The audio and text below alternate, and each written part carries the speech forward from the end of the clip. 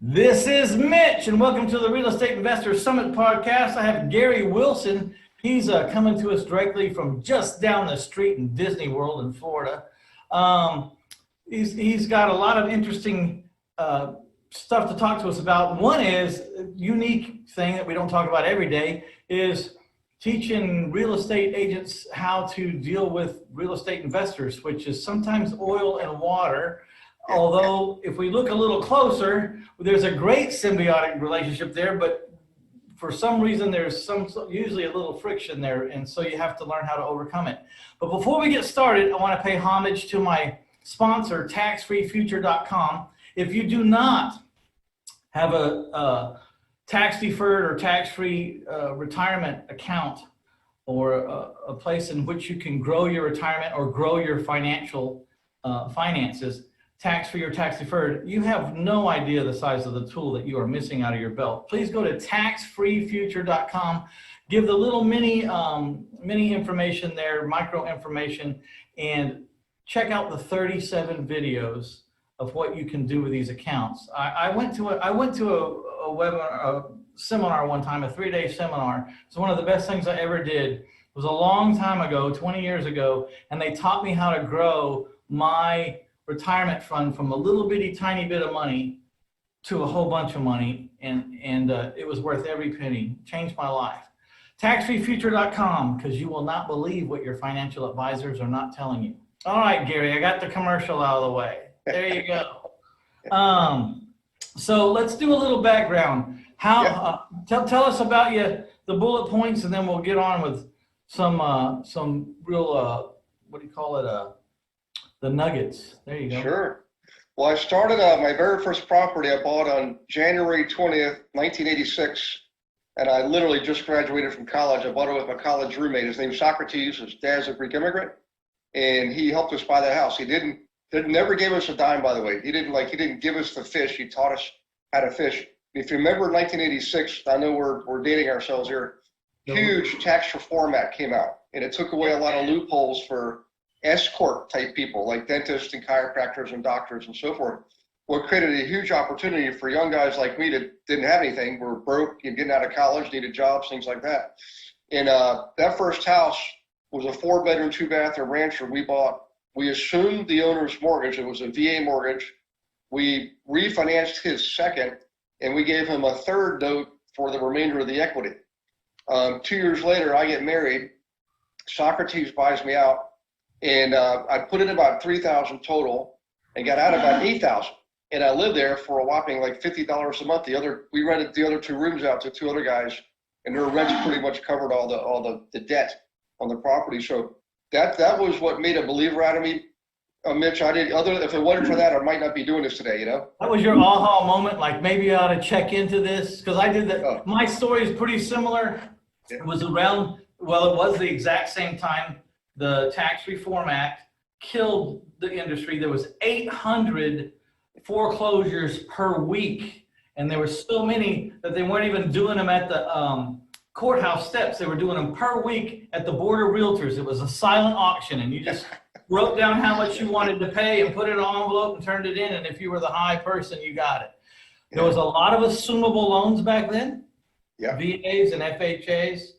And I did exactly the same thing, but I moved into mine and lived there until I decided to sell it, and then I accidentally made more money selling it than I did the whole year in work, and that was my aha moment, just like yours. It's exactly the same. Like, maybe what just happened? How do I recreate that? Yeah, it was I was just young enough and naive enough to not even know that maybe I should be fearful or whatever. It just didn't occur to me, and thank goodness it didn't. Now 10 years went by. I'm 35 years old. I'm sitting there like dreading the corporate world. I'm working, I'm getting promoted, moving up the corporate ladder, and just hating it. And Sock's dad taught us when we closed on that property, Mitch, he'd like pounding his chest. And if you boys do what I tell you to do, you won't have to work for anybody when you're 35 years old. Well, I wake up when I'm 35, married, 2 kids, living in Pittsburgh, away from the beach is where I really should be. And I said, I'm going to just start buying properties because I'm going to get out of this corporate gig.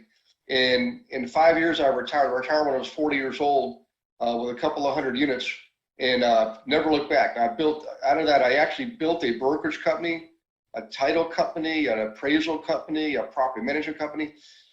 The reason is the agents were not prepared to help me, Mitch. They were not trained to help me invest. They were trained to help you and I buy and sell our own homes, right?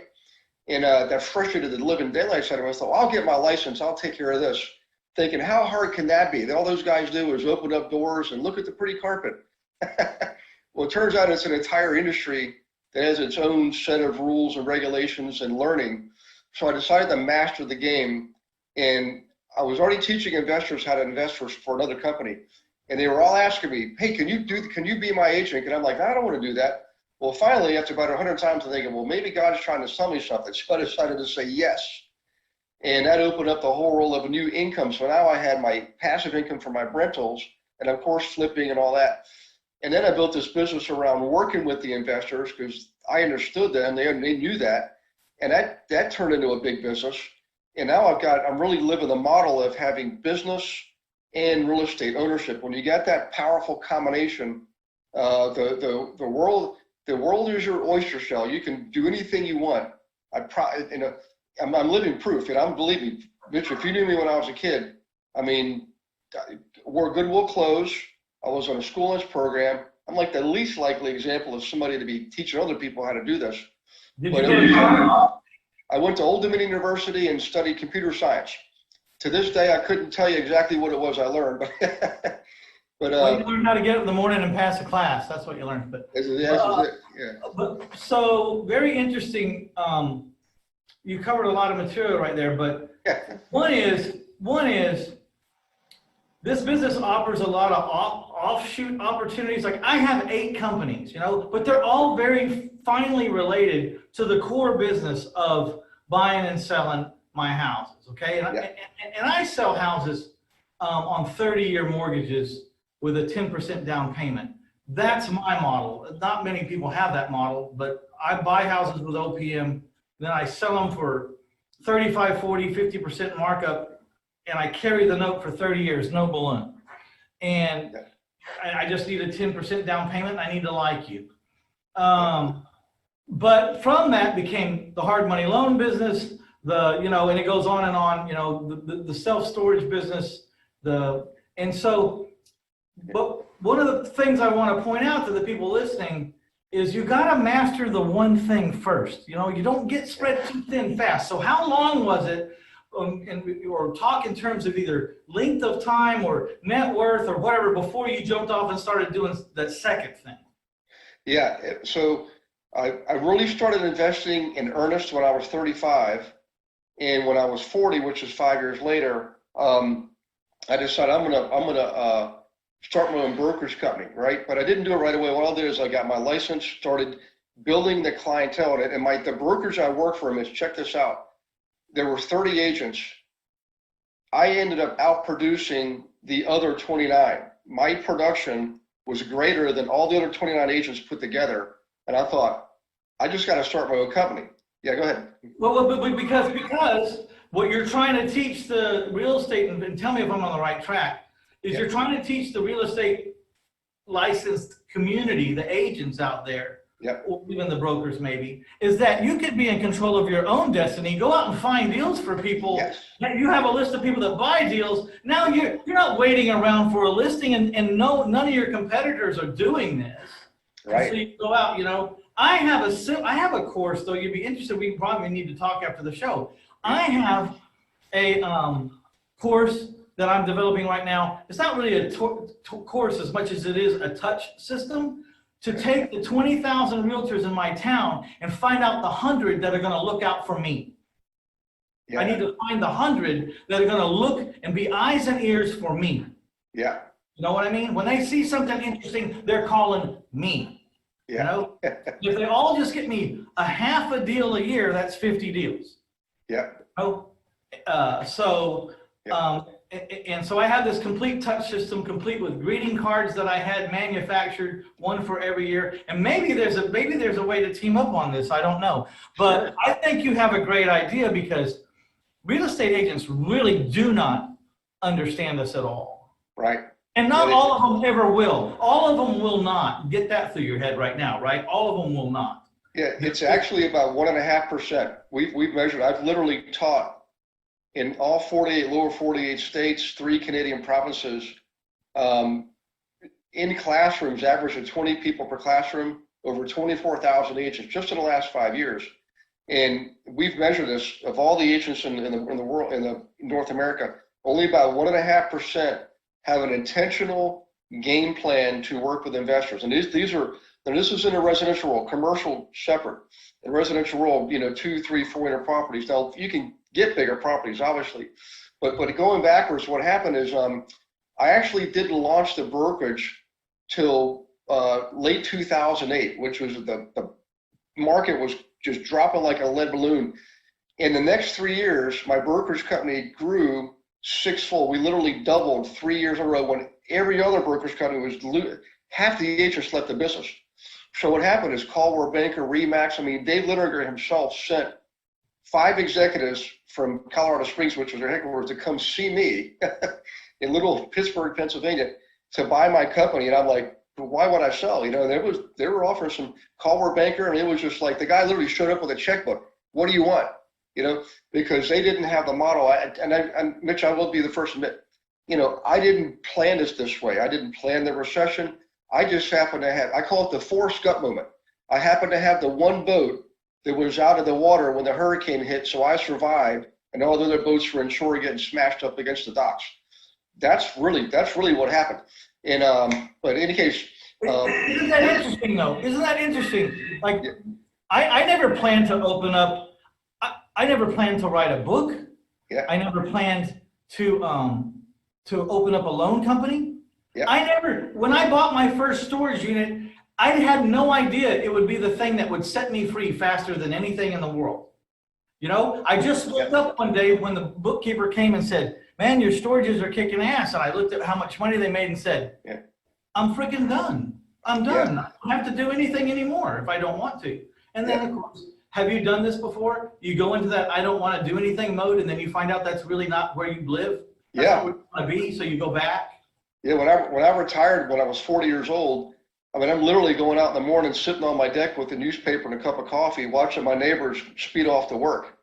And I felt guilty. It took me about a year to get comfortable being financially free. And I ended up working harder, by the way. That's when I built those businesses. I'm like, well, I got all these clients that I'm serving them through my agents to invest in real estate. They're all asking for property management. I said, sure. In my 3rd year of property management, it outperformed my brokerage company. And then I started, I said, well, need title insurance. I went and took the title exam. I'm not an attorney. I passed the first time. I was sitting there in a room with all these attorneys. They're scratching their heads, and they call me the guy in the green shirt. Because the instructor's asking all these weird questions like, what would you do in this scenario when you got a title issue and this and this and this? And I was raising my hand all day long because I'd seen all those. I did over 3,000 REOs, and I had seen everything you could possibly imagine. But in any case, going forward, I realized, okay, you know what? I don't want to do a lending business. We actually did launch a lending business, but Congress changed all the rules in 2009, and I'm like, or no, 2000. In any case, I decided let's just stop that nonsense right now. But I kept the appraisal business and sold that. But the point is this: I want everybody to pay attention who's listening to this. It's all about leverage, and everything I'm describing to you is focused on one thing, which is real estate. Okay. And when you serve people out there in the world of real estate, it's one of the 3: food, shelter, clothing. We're providing shelter, all right? It's an endless supply of business. And if you can leverage that one thing to provide other services, I promise you, like Zig Ziglar said, helping enough other people get what they need, you'll be a plenty of what you need. And that's all, Absolutely. And so I service notes for myself all day long, like hundreds of notes that I created myself. I got tired of saying no to people. Will you service mine? No. Will you service mine? No. Finally, it's like, damn, there's a lot of people that need this. And apparently whoever's doing it out there is not doing it very well because they all want to leave. And so I started a note servicing company, but I just want to reiterate, I got really good at the one thing first for like 5, 6, 7, 8, 9, 10 years. I was a pro at that thing. Yeah. And so and then I had a team that was managing that thing. So I could, because will you agree with me on this? Yes or no? Anytime you start something, for a period of time, usually about 2 years at least, it takes everything you have as a human to get it off the ground. Yeah. Is that right? It absolutely does. That's what I figured out for me. Yeah. For me, my one thing was the owning multi-unit rentals, the residential multi-unit rentals.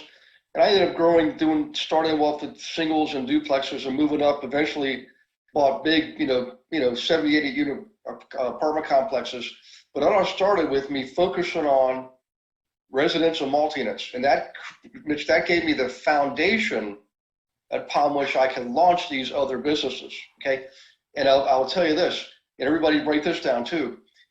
And here's the truth about this. Real estate investing is really not the end game. It's the foundation upon which you can launch these other businesses. And if you study what we call the cash flow quadrant, you'll find out building businesses and merging them and selling them ends up becoming the real big. That's what kind of lets you be financially friendly. I have no debt right now. I have no business debt. I got no personal debt. I'm 57 years old, and I wish I could have everybody feel that feeling. It's an amazing feeling. It's not that I don't borrow, but what I do is I acquire properties. I acquire the assets with cash, and then I improve the asset, make it more valuable, then put its own mortgage on it. They're typically only 50% loan to value. The reason I'm on cash right now is, I'm anticipating we're going to have a correction. In fact, we're probably experiencing it right now. And it's going to be like Christmas time. I'm going to be ready because everybody else is coming in there trying to borrow from every neighbor and loved one and relative and all that. I pay attention to that because in the beginning, I did leverage. I was leveraged up to my eyeballs. I mean, I was 100% in debt, okay? But I can tell you this, I started watching what the REITs were doing, REIT, Real Estate Investment Trust. Watch what they do. They're big because they're good at it, right? They're not good at it because they're big because they're good at it. And watch that model, and you watch like Robert Kiyosaki, Grant Cardone, all the people that are on TV, you'll find out they're doing something very similar. They might have a specific little twist or turn to it. But at the level they're at now, they're 800-pound gorillas, and there's plenty of room at the top. This is the craziest thing I've ever seen. I thought it'd be tougher the higher I went. It's not. It's actually easier. So if you're at the bottom of the pyramid, scrounging and clawing your way up, just have faith, reach up and ask for help. That's one of the biggest lessons I can tell people. Don't be afraid to ask for help. Wherever you are now, if you want to be at a different level, you've got to think at that level first. And the only way to do that is hanging around people who are already at where you want to be. And that means you got to take training, got to join masterminds. Yeah, masterminds, right? Masterminds. Yep. I mean, you think a mastermind's expensive. The last one I went to cost me $30,000 if it cost me a penny for that year. Because it's not just the fee up front, then it's the hotels and the plane tickets and then the lost opportunity, the time away from home and all that. But it changed my life. It actually got me to a point where I could say, I haven't seen the last 350 houses I bought. I haven't seen the last 350 people that moved into my houses. I haven't seen any of them.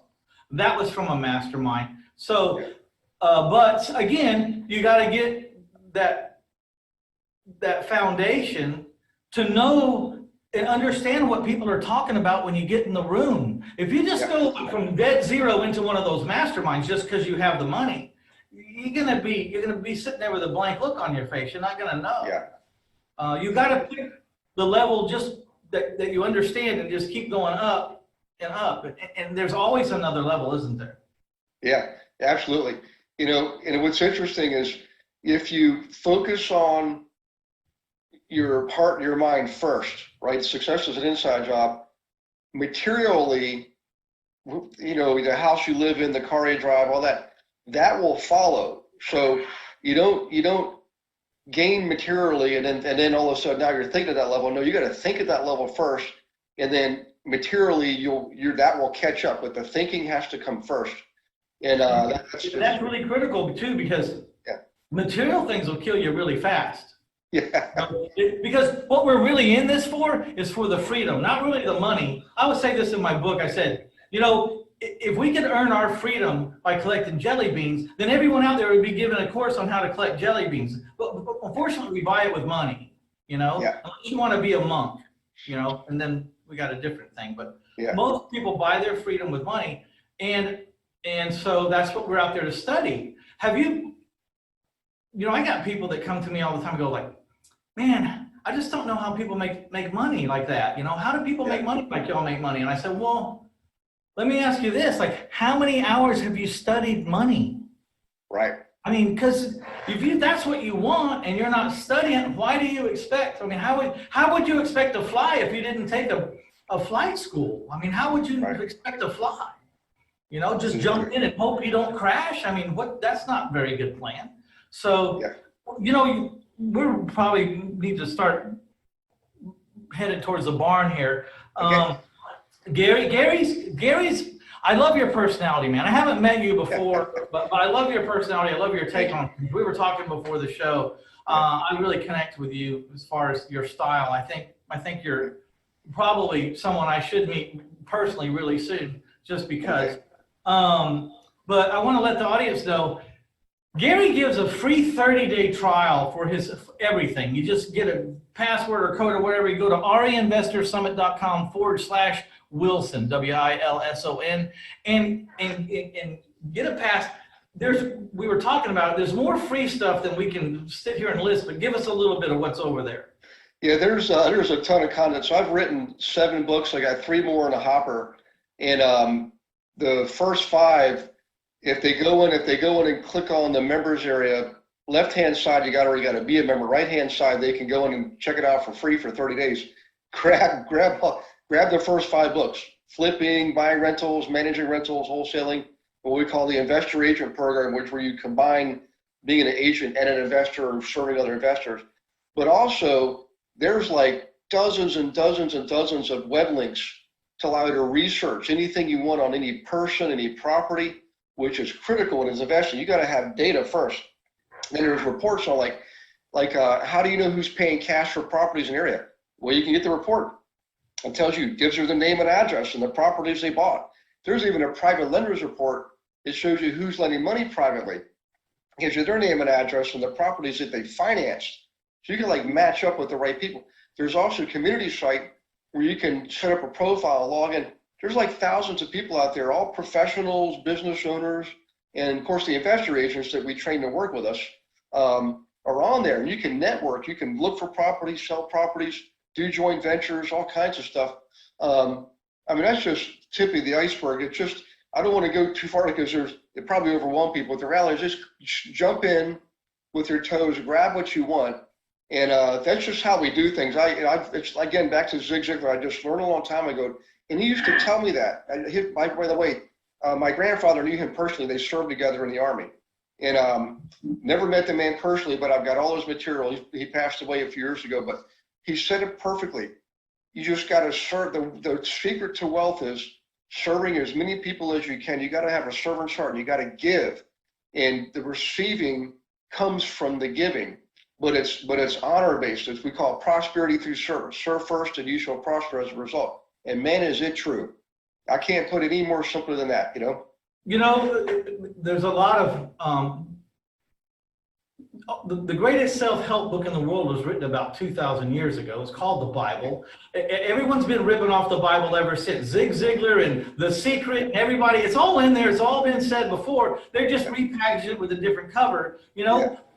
Give and you shall get back tenfold is exactly what you're talking about. Yeah. I'm not a theologian. I can't really quote, but I've been to my church enough to know that it's all been written before. But one time in a seminar, someone asked me at the end, what's the most influential book you ever read? So the flash through my mind, split second, it's the Bible. Second flash, split second was, there's 150 people in this room, probably would be considered politically incorrect for me to say that. Second flash, if I deny my God, he will deny me. Next flash, I'm spurting out. It's the Bible, right? And it was written 2,000 years ago. I said the hot thing at the time was The Secret. You send out your wishes to the universe. And I said, the only difference between The Secret and sending out a message to the universe And me sending out my messages, I figure I'm sending out the message to the guy who made the universe. That's the difference in the belief system.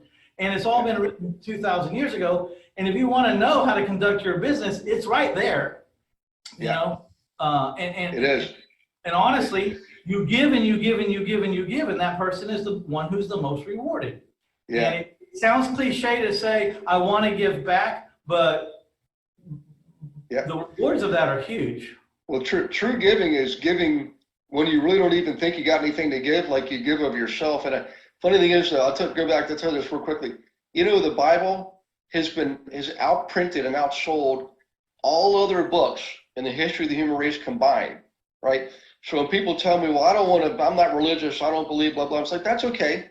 Read it because it's the #1 business book in the world too. You know, it was the only time in my life I got just a stand-up, die-hard standing ovation. You know what I mean? I don't know. So you feel like sometimes you put yourself on the line for this stuff, but there's a lot of believers out there, and for good reason. You know? Yeah. Well, our U.S. Constitution doesn't protect other people's feelings from being hurt. It protects our freedom of speech, and I don't think our forefathers intended us to contain what we believe and what we think. I think they wanted us the freedom to express it. So whether you're, you know, Buddhist, Muslim, Hindu, Jewish, Christian, whatever, you know, I express it. Be proud of it. You know, I mean, I love getting cards. I get Kwanzaa cards, Hanukkah cards every year for my tenants, and I'm glad to get them. But I send out Christmas cards. But I'll tell you this, guys, the second best book is Think and Grow Rich by Napoleon Hill, and I've been able to meet his grandson. They're from rural Virginia. That's where I grew up. And that book, the foundation, the fundamentals come from the Bible, and the whole principle of the mastermind comes from Jesus and the 12 disciples. That's where that comes from, you know. And guys like in the you know, Harvey Firestone, you know, Edison, all those guys got together in Sarasota, Florida 3 or 4 times a year to mastermind because they knew they could help each other out, even though they were in different industries. Ford was there. Were there. All this stuff's out there. The success leaves clues. Like Mitch, you said earlier, man, just learn, read, study, take training. The main thing I can tell you, you know, we can all read books, but to really excel, you got to have real trainer-led training. That's the difference, okay? How do you go from the learning to the execution? Well, that's training, right? Yeah. Most people will say, I'm just going to get the book and I'll figure it out. We can all figure out how to. No, you can do that, but I tell everyone, you're going to pay the street or you're going to pay the mentor. And the street is ruthless. The street will take everything you have and spit right in your face and kick you to the curb. And there's no encouragement there. The mentor gives you okay, well, here's our choices. You know, what do you want to, what chances, what's your risk level? What do you want to do? And then you go in with some kind of confidence, and you got a cheerleader generally as well with a mentor. You know, that's all right. Don't worry about it. We've got some other things we can try or whatever. So, but I do want to back up and digress. Think and Grow Rich came to me at a very low point in my life. And my mother thought that it was a neat book, and she had no idea the magnitude of this book. She was at a garage sale, and she asked about that book, and someone spoke highly of it, and she brought it to me. Had no idea the magnitude of that book. Yeah. And I had no idea the magnitude of that book. And she begged me. I was having a very hard time in my life. She begged me to just read 10 pages a day of this book. And that's when I learned that reading could change everything, or that learning from someone else's written or oral experiences could change everything. Because I never stopped at 10 pages, and I never, when I started reading, I had to make myself, because I was in a depressed state. And by the time I would finish reading, I was not in a depressed state, and I was actually starting to think of, I can do this, because I didn't have a college degree. I was kind of capped. Things weren't going well. And no one ever taught me about entrepreneurialism. They didn't teach it at school. It wasn't in my family. And so, but what was cool about that book was it showed that wealth could come from just damn near any place on earth, from almost anybody. And sometimes the people that were the less formally educated were doing better because they didn't have a choice. And so it put them on a different path, and they became entrepreneurs. And that's when I decided that I would be an entrepreneur, because I recognized that if I couldn't make $12 an hour by myself in the street, then I needed to just go, I don't know, shoot myself. I don't know what. And then when I figured out how to make $12 an hour, then I learned how to make $18 an hour. Well, I was the 100% recipient of the $6 increase. And then when I learned how to make $25, I was a 100% recipient of that. Pretty soon, all my friends that are CEOs and whatever, I mean, I'm doing pretty well. Yeah. And they jokingly get mad at me, like, you little runt, look what you've done, and you didn't even go to college, Yeah. So, Well, the true fact of the matter is yes, lawyers, accountants, and doctors make a lot of money. They're at the top of the food chain in the working class.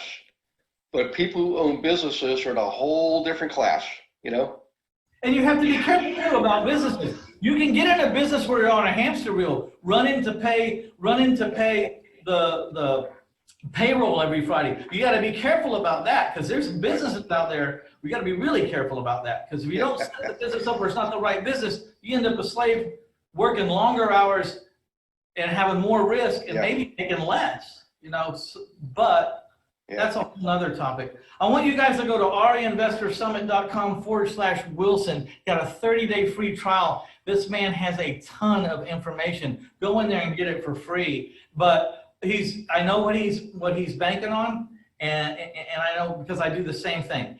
If you connect with him and you read what he's doing and how he's talking to you and how he's teaching, he'll get his share of people that understand that he's the right person for them in this endeavor that you want to conquer. And I do the same exact thing. I don't pound people. I don't hard close people. If I'm the right guy, you'll know it. Gary's the right guy. You're going to know if he's the right guy for you. And I'm sure somewhere in there, you can call and get a consultation with him to discuss what a more formal relationship might look like. Am I correct? Yep. It's just, I'm a real person, and I'm accessible. You might have to do a little research online, but people actually call me up out of the blue. They've seen on YouTube. Oh, they can go to the YouTube channel too. Hundreds of videos, and something will be in there saying that guy just gave his phone number. We'll put that in the show notes too. REInvestorSummit.com/Wilson. We'll get all that stuff in there. Man, I want to thank you for taking the time. I really enjoyed even the pre-conversation to this. You're quite a neat guy. And do you have anything you want to say to the folks maybe before we wrap it up here? Because I know you got a hard stop in about 3 minutes ago. Yeah, guys, just, I didn't start off at the top. I started off at the bottom, and I'm living proof you can do it. You got to have faith, number one, and number two, you got to take action. Just have faith and take action. I'm telling you, you can get to that next level. Just don't give up on yourself. Just keep having faith, taking action. I promise you, you're going to succeed.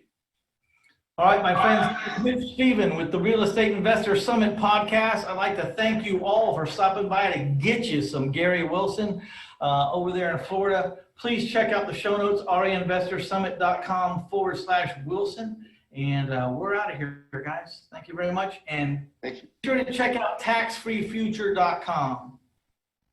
Bye now.